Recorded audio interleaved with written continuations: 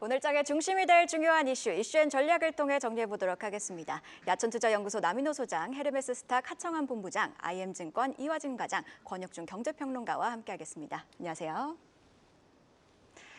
자, 코리아 밸류업 지수에 편입된 종목들이 지난 24일 공개 이후 평균 3%의 주가 상승률을 보인 것으로 집계됐습니다.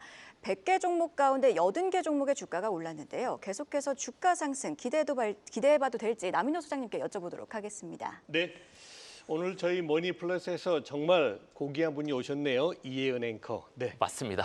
감사합니다. 네, 그렇다고 해서 제가 그냥 지나갈 수 없고 바로 돌발 질문 들어가 있습니다. 자, 죄송합니다. 이혜은 앵커님. 우리가 밥을 먹을 때, 식사할 때 첫 술에 배가 부를까요, 안 부를까요? 배부를 수 있다면 너무 좋겠지만 보통은 더 많이 먹어야죠. 네, 정말 우문현답을 내셨습니다.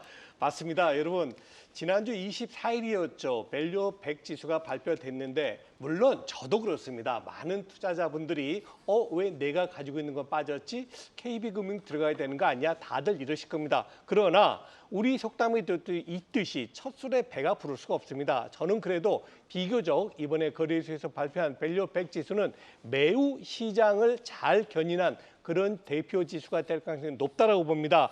일단 지금 자료화면 나오고 있죠. 에코프로 HN이라든가 효성 TNC, 한진칼, 윤성 FNC 그리고 FNF 등 우리가 그동안 시장에서 눈여겨보지 않았던 종목들이 대거 10% 이상 급등세를 보였습니다. 그 이유가 뭘까요? 그렇습니다. 우리 회사가 드디어는 밸류업 지수 100에 들어감으로 해서 향후에 오늘 당장 오른다는 그 뜻 아닙니다. 향후 그리고 내년도에 더 좋은 성과가 기대되고 있기 때문입니다. 저는 그래서 이 말씀을 감히 드리겠습니다. 밸류업 지수를 보실 때 내 종목이 들어갔는가 안 들어갔는가 이것만 보시지 말고 저는 편입 여부가 아주 중요하다. 그러니까 들어간 종목이 들어가지 않은 종목보다 월등히 앞설 수 있다는 거죠. 대표적인 게 이제 신한금융하고 KB금융의 차이 아니겠습니까? 오히려 수익 면에서는 KB금융이 절대 뒤지지 않는데 신한지주는 지금 좋고 KB금융은 조금 주춤하지 않습니까? 이런 양상 보셔야 될 것 같고 정말 핵심을 말씀드릴게요. 밸류업 100 지수에 들어갔다 해서 앞으로 무조건 주가가 올라가냐? 그거 아닙니다. 왜 그러느냐? 바로 밸류업 100 지수를 추종하는 ETF가 중요한 겁니다. 이제 아마도 빠르면 11월 달이죠. 다음 달인데 11월 달에 ETF가 편입이 얼마나 되냐. 예컨대 100억만 그 상품이 팔렸다. 그럼 그렇게 시장에 큰 영향이 안 줄 거예요. 그런데 몇 천억이 팔렸다. 그럼 그 얘기는 뭡니까? 밸류업 지수를 추종하는 상품이 그만큼 늘어났다는 거 아니겠습니까? 그래서 ETF 관련된 이 부분을 꼼꼼히 챙겨보셔야 될 것 같습니다. 자, 마지막으로 투자 전략을 권해드리겠습니다. 아까도 말씀드렸던 대로 저는 편입이 되었느냐, 되지 않았느냐를 먼저 보셔야 된다. 100개면은 결코 적은 숫자 아닙니다. 그러나 전체 2,600개 중에 100개이기 때문에 이번에 내가 가지고 있는 종목이 편입되지 않았을지라도 금년 하반기에 또 한번 12월 달에 약간 수정이 있다 그러죠. 그래서 그것도 한번 기대해 보시고 다음 두 번째입니다.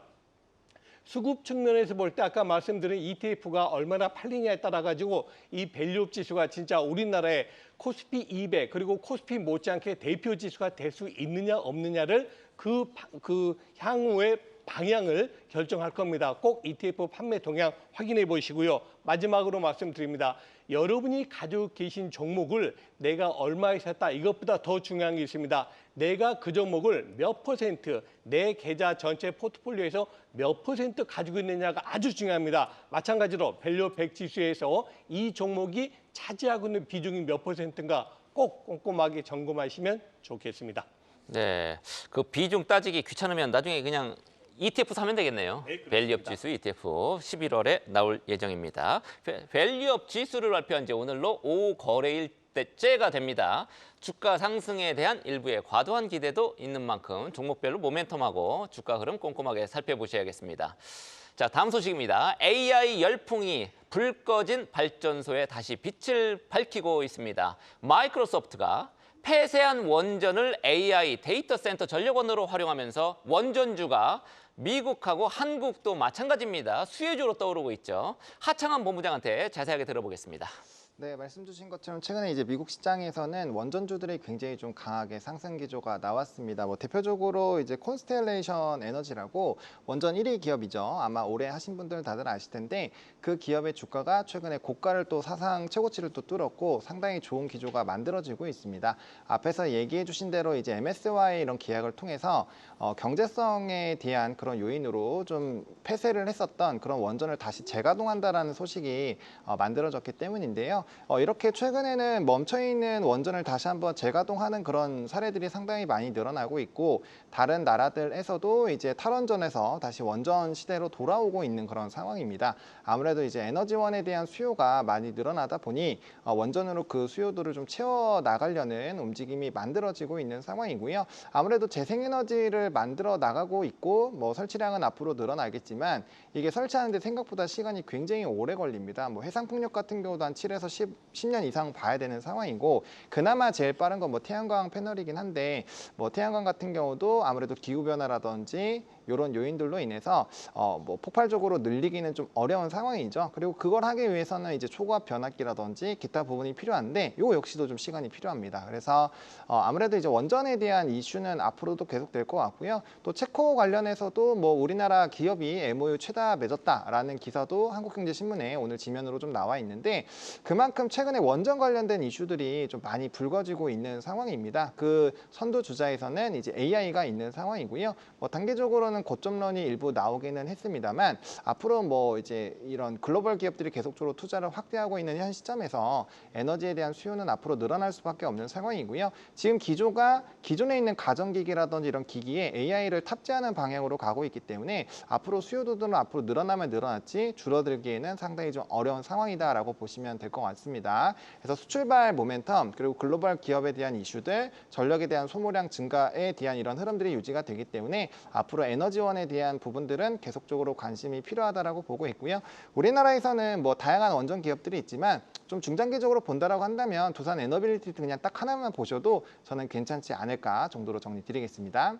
네, 또 오늘 윤석열 대통령이 슬로바키아 총리와 회담을 가질 예정입니다. 원전 협력 관련해서는 어떤 이야기가 나올지까지도 함께 지켜보시면 좋을 것 같네요. 자, 다음 소식입니다. 다음 달 1일부터 7일까지 중국 최대 연휴, 국경절을 앞두고 중국 당국이 대규모 부양책을 내놨는데요. 국내 화장품주와 카지노주가 일제히 들썩이면서 수혜 기대감이 커지고 있습니다. 관련주들 흐름 어떻게 봐야 할지 권혁준 평론가님께 여쭤보도록 하겠습니다. 일단 먼저 현황을 좀 보실 필요가 있겠는데 뭐 화장품주, 그다음에 면세점, 호텔주 사실 27일 기준으로 크게 올랐습니다. 일단 코스맥스 같은 경우에도요. 지난 3개월간 30% 넘게 빠졌던 종목이거든요. 그런데 27일 기준으로 본다 그러면 10% 넘게 이제 급등을 했습니다. 뭐 관련주도 마찬가지죠. LG 생건이라든지 아니면 아모레퍼시픽 같은 화장품 주들도 사실상 뭐 5%, 3% 이상 오르면서 계속적으로 굉장히 뜨고 있다라고 보시면 되겠는데. 중국 비중이 좀 컸던 화장품 회사들이네요. 그렇죠. 이제는 중국 비중이 높았던 매출력이 높았던 부분이라고 보시면 되는데 그런 이유가 있죠. 이제는 첫 번째로 아까 앵커님이 말씀하신 것처럼 중국의 최대 연휴인 이제 국경절이 1일부터 7일까지 열립니다. 이 7일 동안 이제 우리나라의 많은 분들이 이제 중국 분들이 찾아올 것으로 보고 있는데 일단 가장 중요한 건 중국이 일회성 소비 쿠폰을 발행했다는 거죠. 상하이시 같은 경우가 우리 돈으로 942억 원의 소비 쿠폰을 발행을 합니다. 단일 그 소비 쿠폰 받고 뭐 하겠습니까? 이제 소비에 나설 수밖에 없는 부분이고 무엇보다 상하이시만 그렇지 않습니다. 지금 뭐 광저우라든지 텐진, 베이징도 비슷한 소비 쿠폰 양을 이제 발행할 준비를 지금 하고 있거든요. 당연히 이제는 공급이 되다 보니까 소비가 늘어날 것으로 보고 있어서 관련된 화장품주들이 이제는 크게 뛸 것으로 지금 보고 있고 두 번째로는 이제 연휴 기간 동안 단체 관광객이 이제 우리나라에 들어오게 됩니다. 문체부 자료에 따르면요. 이번에 국경절 연휴 동안 12만 명이 들어올 것으로 보고 있는데 당연히 뭐 중국의 단체 관광객이 들어온다 그러면 딱 떠오르는 게 역시나 이제 면세점이라든지 호텔 이런 어떤 관련주들이고 그다음에 카지노 관련주기도 하죠. 그래서 이런 종목들을 좀 보셔야 되겠고 저는 가장 사실 우리 주식시장에 크나큰 영향을 미칠 수 있는 게 바로 중국의 대규모 부양책이다. 저는 솔직히 B컵보다 중국의 부양책이 더 와닿다라고 말씀을 드리겠는데 일단 중국 중앙은행이죠. 인민은행이 이제 시중은행으로부터 이제 지급 준비를 0.5%포인트 정도 인하를 했습니다. 지준율이 뭡니까? 일반 은행들이 뭐 중앙은행 쪽으로 넣어놔야 될 사실상 지급 준비율이거든요. 그러니까 사실 이게 0.5%포인트 정도 인하했다는 얘기는 그만큼 시중에 돈을 짐을 풀겠다는 의미겠고 당연히 이제 중국 경기가 너무 안 좋다 보니까 당연히 부양적을 통해서 소비가 많이 일어날 것으로 보고 있습니다. 그렇게 된다 그러면 사실상 돈 풀게 들어가는데 이 돈이 금융시장 쪽으로 190조 원이 우리 돈으로 될 것으로 보고 있거든요. 당연히 제가 봤을 때는 경기 이제 부양 정책으로 인해서 다양한 분야에서 특히 중국과 수출이 많이 하고 있는 아까 말씀드렸던 화장품주들 또 하나 이제는 양적 완화가 되다 보니까 실제적으로 이제는 중국 국민들이 우리나라에 여행을 많이 올 겁니다. 그래서 면세점주 그다음에 이런 뭐 카지노주들이 제가 봤을 땐 또 앞으로 또 각광을 그동안 너무 많이 눌려 있었기 때문에 각광을 받을 것으로 보고 있습니다. 이런 것들을 좀 눈여겨 보시는 거 앞으로 굉장히 중요하다고 말씀을 드립니다. 네, 저도 DC형 퇴직금 일부가 중국에 물려 있어가지고 그동안에 가슴앓이를 좀 했었는데 며칠 동안 뛰는 거 보면 야, 역시 부양책 효과를 조금 받고 있는 것 같습니다. 근데 소비 쿠폰 요거 받아가지고 한국산 화장품 이런 거 사면 중국 당국이 원했던 바는 아닌 것 같은데 우리로서는 뭐 기분 좋은 얘기가 되겠습니다. 어찌됐든 중국이 대규모 경기 부양책을 내놓은 만큼 중국 매출 비중이 높은 기업들의 실적 개선 기대해 보도록 하겠습니다. 한 달 만에 돌아온 한화 에어로스페이스 재상장을 했습니다. 지난 금요일이었죠. 하나 인더스트리얼 솔루션즈 인적 분할을 했는데 그거는 급등하다가 급락을 했습니다만 역시 대장주 한화 에어로스페이스였습니다. 외국인 매수세가 주가를 밀어올리면서 방산주 전반에 대한 기대까지 높였는데 이화진 과장님, 전망 어떻게 보십니까? 네, 일단 한 달간 이제 방산주들 같은 경우 현대로템이나 LG 넥스원, 특히 외국인과 기관 동반 매수세가 계속 유지해 왔습니다. 일단 2분기 때부터 하나 에어로스페이스는 실적이 어닝 서프라이즈가 나왔었고 현대로템도 마찬가지였습니다. 물론 LG 넥스원 같은 경우는 2분기는 컨센보다는 어느 정도 부합하지 못한 상태이긴 했지만은 이게 이연 수익에 따라서 3분기 실적이 대폭 이제 서프라이즈 날 가능성이 있기 때문에 일단 방산에 대한 실적의 모멘텀은 계속 나올 수 있다고 생각을 하고 있고.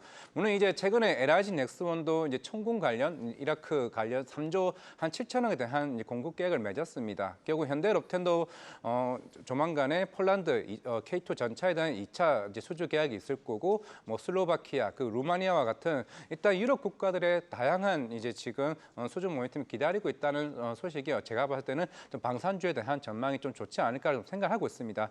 물론 이제 하나 에어로스페이스 같은 경우도 이제 K9 자주포나 레드백 등 중동이나 이제 호주 쪽에 대한 수주 소식이 계속 꾸준히 지금 있는 상황이기 때문에 방산주들 같은 경우는 물론 지금 유럽 중동 전쟁도 마찬가지고 지금 우크라이나 전쟁 한 11월 달에 젤렌스키 관련된 평화회담도 마찬가지겠지만은 결국 시장은 결국 국방비 중액이 얼마만큼 증가하느냐에 있습니다. 지금 폴란드가 GDP의 4% 이상 국방비를 증액을 하고 있고 물론 대선 이후에 또 모양새가 또 어떻게 달라질지 모르겠지만은 유럽 국가들이 최대한 GDP 2% 이상의 국방비를 증액한다라고 하게 되면은 우리나라 뭐 방산주들 같은 경우는 계속 꾸준히 수주 모멘텀은 충분히 있을 것으로 보이고 있습니다. 그렇다면 수주와 이제 실적이 동반되는 모습들이 당분간은 계속 이어지지 않을까 좀 생각을 하고 있습니다. 네, 이렇게 방산주 투자 체크 포인트까지 확인해 봤는데요. 바로 이어서 오늘 아침에 나온 가장 빠른 리포트와 공시까지도 확인해 보고 오겠습니다. 박정원 캐스터가 준비했습니다. 네, 오늘 아침에 나온 리포트 정리해드리는 가장 빠른 리포트 앤 공시 시간입니다. 9월의 마지막 거래일인 오늘, 그리고 증검다리 연휴를 앞둔 이번 주인데요. 오늘 증권가는 한국콜마에 대해 하반기 강세가 지속될 거라며 목표가 상향 조정에 나섰고요. DLENC에 대한 목표가는 유지됐지만 투자 의견은 중립에서 매수로 올려잡았습니다. 그리고 종근당은 내년부터 본격적인 실적 회복이 전망된다고 진단하며 목표가 15만 원 유지했고요. 대한항공의 여객 과 화물 모두 양호한 성장세를 보이고 있다며 유가 실적 반영은 4분기부터 이어질 거라는 의견도 등장했습니다. 한편 JW 생명과학에 대해서는 의료 파업에도 수액 매출 영향은 제한적이라며 공장이 빙빙 잘 돌아가고 있다고 진단했고요. 삼성 SDI의 목표가 유지하며 유럽향 판매 부진에도 북미향 신차 효과는 견조하다는 의견도 나왔습니다. 먼저 한국콜마 리포트부터 확인해 보시죠. 하나증권은 오늘 한국콜마에 대해 하반기도 강한 성장 모멘텀을 기대한다며 투자 의견 매수를 유지하고 목표가는 기존 88,000원에서 93,000원으로 올려잡았습니다. ODM사 최선호주로 제안했는데요. 한국콜마의 3분기 매출 6,500억 원, 영업이익 674억 원을 추정하며 컨센서스인 영업이익 550억 원을 상회할 전망이라고 진단했고요. 국내 인디브랜드 수출 확대와 견조한 썬 제품의 글로벌 점유율 확대를 내다봤습니다. 다음으로 DL-ENC 보고서입니다. 하나증권은 오늘 DL-ENC에 대해서 매출에서 주택 부분이 부진할 것으로 추정하면서도 플랜트 부문이 지속 증가할 것으로 전망했습니다. 투자 의견을 중립에서 매수로 상향했고요. 목표 주가는 35,000원을 유지했습니다. DL-ENC 목표가는 3분기 매출을 작년보다 10.3% 증가한 2조 1,000억 원, 영업이익을 9.2% 감소한 730억 원으로 각각 추정했고요. 4분기 2조 5천억 원 규모의 플랜트 수주가 가능한지, 그리고 주택에서 공사비 증액 효과가 나타날 수 있을지, 마지막으로 착공을 4,500세대 이상 할 수 있을지를 주목하며 추가적인 조정을 하겠다고 밝혔습니다. 지금까지 가장 빠른 리포트앤공시 박정원이었습니다.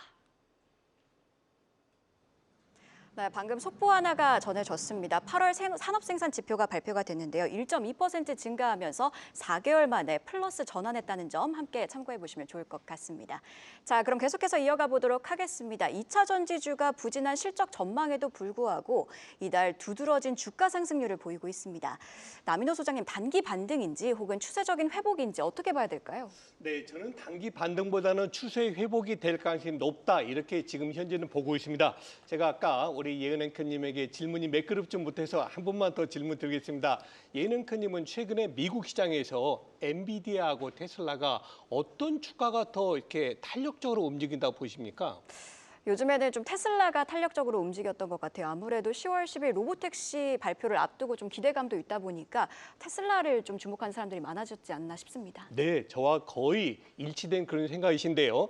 최근 우리 7월 달까지는 삼성전자나 하이닉스 등 반도체가 시장을 이끌어왔다면 8월부터는 시장이 조금 변하고 있지 않습니까? 반도체는 이제 숨고르기에 들어갔고 2차 전지주들이 드디어 고개를 들었습니다. 대표적으로 에코프로머티, 그리고 포스코 퓨처엠, 에코프로비엠 등등 2차 전지 소재 관련주들은 자그만치 적게는 10%, 많게는 40%, 이때 종합주가 지수가 크게 안 올랐지 않습니까? 그럼에도 불구하고 2차 전지의 소재 업체들이 이렇게 급등세 보이고 있습니다. 그 이유가 뭘까요? 실적이 좋아서일까요? 아닙니다. 실적은 여전히 셀업체 3사도 모두 다 적자를 면치 못하고 있고, 소재 업체도 아직까지는 흑자 전환을 확실하게 냈다는 기업이 그렇게 많지 않습니다. 그 실례로 전년 동기 대비, 작년 대비해서 금년 2분기 실적이 약 40% 정도 감소했다는 것은 당분간 2차 전지가 크게 실적이 좋아지진 않을 걸로 우리가 보고 있는 겁니다. 그럼에도 불구하고 왜 주가는 이렇게 먼저 오를까요? 그렇습니다.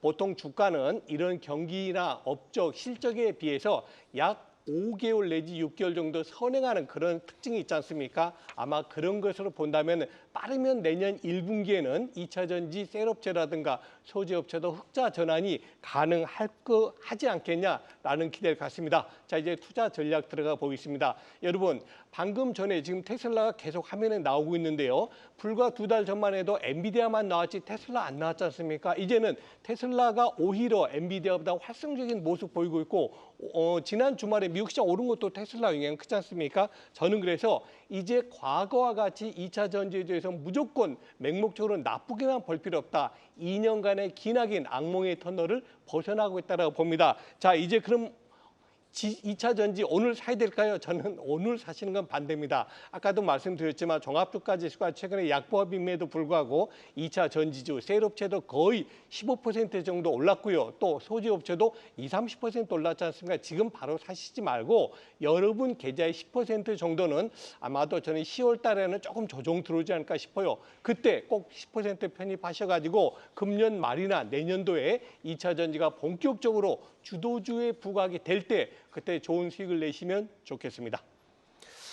네, 전기차 보조금이나 규제 같은 정책 변수들은 최종 결정까지 시간이 꽤 필요한 일이죠. 당장의 기대보다는 진행 상황을 꼭 확인하면서 대응 전략을 세워보라, 이런 조언이셨습니다. 특히 2차 전지 지금 턴어라운드 곧 할 가능성 염두에 둘 필요가 있다는 얘기도 또 첨언을 해주셨네요.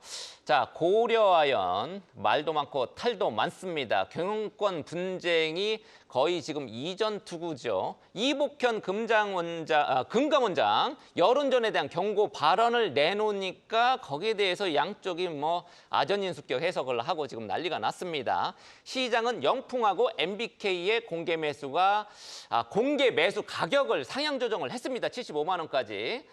고려아연이 어떻게 대항할지 이번 주에 아마 결론이 날 것 같은데 권혁중 평론가님 어떻게 보십니까? 일단 금감원전이 경고의 목소리를 냈죠. 한마디로 이제는 공개 매수 들어가는데 공정하게 해라. 서로 이제는 소문 퍼뜨리지 말고 공정하게 해라 얘기했습니다. 금방 앵커님 말씀하신 것처럼 그 목소리에 고려아연이라든지 MBK 쪽에서 아저인식교를 해석을 하고 있는데 이제 MBK 같은 경우에는 왜 MBK가 중국계 펀드냐고 소문내냐 이런 거 하지 말아라 이제는 목소리를 내고 있고 고려아연 쪽에서는 오히려 이제는 MBK 입장에서 그러니까 시장 질서를 물러나고 있다. 왜 66만 원 목표가 했다가 이 75만 원을 왜 그 공개 매수가를 올렸느냐 갑자기 그러면서 이제 시장 질서를 물러나게 하고 있다라고 이제 얘기를 지금 하고 있죠. 결론적으로 본다 그러면 개인들은 제가 봤을 땐 그렇습니다. 물론 당사자들은 피가 말리겠지만 개인들은 좀 즐기시라라고 말씀을 드리겠는데 일단은 공개 매수 발표한 이후에 뭐 20% 가까이 급등했던 부분들이 있습니다. 주가 측면을 본다 그러면 나오고 있죠. 13일이었고요. 그다음에 뭐 6% 오르다가 쭉 오르다가 이제는 뭐 소폭 조정 받다가 또 26일이었습니다. MBK 입장에서 이제는 66만 원 이제는 공개 매수가 하다가 75만 원으로 이제 수정을 했죠. 그때 이제는 또 1% 넘게 올랐고요. 이런 거 봤을 때 지금 뭐 개인들은 사실상 갖고 있는 분들은 좀 굉장히 웃음보가 나올 것 같은데 그러면 이제 관점 포인트를 좀 말씀을 드릴게요. 첫 번째 영풍의 가처분 신청 법원 판결 제가 봤을 때는 오늘 아니면 2일 날 나옵니다. 그래서 이 관점 포인트를 보셔야 되겠는데 이제 당연히 아시겠지만 이제는 그 고려아연 쪽에서 자사주 취득 목적으로 해서 이거를 공개 매수로 방해할 여력이 있기 때문에 영풍 쪽에서는 가처분 신청을 냈습니다. 그 법원에서 만약에 이 부분에 대해서 기각을 한다 그러면 사실 고려아연 입장에서는 이제 자사주 취득을 할 수 있는 거고 경영권 방어를 할 수 있게 되는 거죠. 한 8천억 원 정도 순현금을 가지고 있기 때문에 충분히 뭐 자사주 취득을 할 수 있는 부분도 이제 열리게 되고요. 두 번째 관점 포인트는 그러니까 대항 공개 매수죠. 이제 고려아연 쪽에서 이제 대항 공개 매수가 들어간다 그러면 연합군을 어떻게 꾸릴 것인가. 여기에서 키포인트를 가지고 있는 게 바로 하나라고 보시면 되겠습니다. 이제 하나가 과연 어떤 결단을 내릴지가 이제 가장 큰 이제는 부분이라고 보시면 되겠고, 그래서 하나그룹이 과연 참여를 할 것인가 이 부분 과연 이렇게 해서 꼭 오늘 한번 체크를 해보셔야 되겠고요. 그다음에 가장 중요한 부분이라 말씀드렸던 부분이 실제로 날짜입니다. 날짜. 그러니까 오늘까지 아마 고려아연 쪽에서 이제 어떤 제스처를 취할 것으로 보고 있는데 만약에 대항 공개 매수가 들어간다 그러면 그 절차가 필요합니다. 특수목적법인 SPC 세워갖고요. 사실상 대항 공개 매수가 들어가야 되죠. 그럼 SPC 세워야 되죠. 이거 가지고 또 이제 우호 지분 확보하려고 그러면은 투자 확약서를 또 제출해야 되죠. 이걸 또 금감원 쪽으로다가 또 신고를 해야 됩니다. 그렇게 된다 그러면 오늘이거든요. 사실 오늘까지 뭔가 절차가 돼야 됩니다. 그러면 고려아연 쪽에서 대항 공개 매수 들어간다 그러면 이거 또 주가 사실상 75만 원 넘게 올라갈 수밖에 없는 부분이 있습니다. 그래서 이런 부분을 꼭 오늘 꼭 체크를 하셔야 되겠고 정말 오늘 30일이 정말 중요한 포인트다. 그래서 아마 투자하신 분들이라든지 관심 있는 분들은 오늘 고려아연 쪽에서 어떻게 대응을 할지 이 부분을 보시면서 투자 포인트를 잡아보시기를 좀 말씀을 드리겠습니다. 근데 돈이 있을까요? 최윤범 회장이라든지 고려아연 네. 쪽에. 그렇죠. 보통 이제는 개인으로 봤을 때는 사실 임금이라든지 배당이라든지 아니면은 자기가 갖고 있는 지분에 대해서 다른 지분을 이제는 저당 잡아서 한번 대출 받는 케이스인데 사실 최 대표 입장에서는 현금 끌어올 수 있는 부분이 많이 없거든요. 그래서 지금 고려아연 쪽에서의 어떤 말 그대로 이제는 뭐 CP죠. 기업어음을 발행해서 자금을 끌어오겠다는 방법인데 이런 부분들이 이제 오늘 결판을 난다는 거죠. 그렇기 때문에 오늘 뭐 법원의 판단이라든지 아니면은 대항할 수 있는 연합군이 어떻게 꾸려지는지 이거를 좀 보셔야 되겠다는 말씀드리겠습니다. 연합군 봐야 되겠군요. 네, 맞습니다. 이렇게 양측의 갈등이 더욱 깊어지는 양상인데요. 고려아연 지분 공개 매수 마감 시한이 임박한 만큼 주가 변동성 유의하시면서 대응 전략 세우시길 바라겠습니다. 다음 이슈도 짚어보겠습니다. 인조 흑연을 비롯한 국산화에 성공한 주요 핵심 소재 산업이 중국산과의 가격 차이로 고사 위기를 맞고 있습니다. 현재 시장 상황 이화진 과장께서 구체적으로 짚어주시죠. 네, 일단 작년 말에 이제 산업부에서 이제 단일 국가 의존도가 50% 이상 이제 남는 이제 소재 한 185개에 대해서 공급망 안정화 이제 품목으로 선정을 이제 한다고 얘기를 했습니다. 일단 단일 의존도가 굉장히 높은 두 개의 소재가 일단은 인조 흑연과 이제 불화수소입니다. 2019년도에도 이제 일본 수출 규제로 인해서 당시 국산화한다고 얘기했던 이제 불화수소 같은 경우도 최근에 후송이 이제 70%까지 좀 우리나라 국산화 비중을 좀 많이 올리기는 했습니다만은 그의 원료인 불화수소가 일단 중국 운용도가 굉장히 높습니다. 그러다 보니까 우리나라 국내 업체들 같은 경우 경우 원자재 부담이 좀 굉장히 올라갈 수밖에 없다는 좀 생각을 하고 있는데 일단은 인조 흑연 같은 경우도 중국 비중이 거의 한 90%입니다. 아무리 좀 국산화한다 하더라도 최근에 포스코 퓨처엔도 이제 인조 흑연을 이제 생산을 하기는 했지만은 특히 LG 에너지 솔루션이나 삼성 SDI, SK온 같은 경우도 워낙 이제 가격이 중국산 대비해서 가격이 높다 보니까 그에 대한 부담이 좀 있을 수밖에 없는 좀 상황이라 좀 생각을 할 수가 있습니다. 물론 이제 미국이나 일본 등도 이제 보조금이나 이런 세액 공제를 통해 가지고 이런 가격 단일 차이를 어느 정도 줄이려고 하고는 있지만은 워낙 이제 중국산이 가격 경쟁력에서 앞서 있다 보니까 이제 물론 아까 앞에서 전기차도 얘기를 해주셨지만은 그만큼 전기차 시장이 올라가기 위해서는 이런 원자재 부담이 줄어야 마진이 좀 확대되는 흐름이 될 수밖에 없다라고 좀 생각을 하고 있습니다. 그건 이제 반도체도 지금 마찬가지로 생각을 하고 있고 솔브레인도 마찬가지지만은 일단은 기존에 있는 국산화에 성공을 했지만은 원자재의 부담이 계속 큰 흐름이 있을 수밖에 없다라고 생각하고 있기 때문에 향후에 지금 5조간 대략 한 11조 5천억을 투자를 해서 일단은 50%까지 그 단일 국가 의존도를 줄인다라고 좀 계획을 좀 세우고는 있습니다. 일단은 세액 공제나 향후 보조금에 대한 혜택이 굉장히 중요하다 좀 말씀을 드리겠습니다. 네, 알겠습니다. 이번 주에는 거래할 수 있는 날이 3일밖에 안 되죠. 일단 오늘장 대응 전략 중요할 텐데 개장 전 체크포인트 항상 깔끔하게 정리해 주시는 하청원 본부장한테 들어보겠습니다.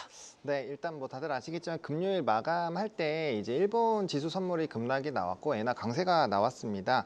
그래서 요거에 따른 좀 캐리 트레이드가 연속적으로 나올 수 있는지에 대한 가능성을 봐야 되는데 일단 뭐 미국장이나 우리나라 야간 선물 같은 경우는 플러스 0.38%로 상승 마감했습니다. 그러다 보니까 일단 장 초반에는 좀 무난한 흐름들이 나타나더라도 외국인 수급이 뒷받침이 되어지지 않으면 상당히 좀 전강 후회하고로 넘어갈 수가 있거든요. 그렇기 때문에 금일 이제 외국인의 수급 연속성 상당히 좀 중요하겠다라고 보시면 좋을 것 같고요.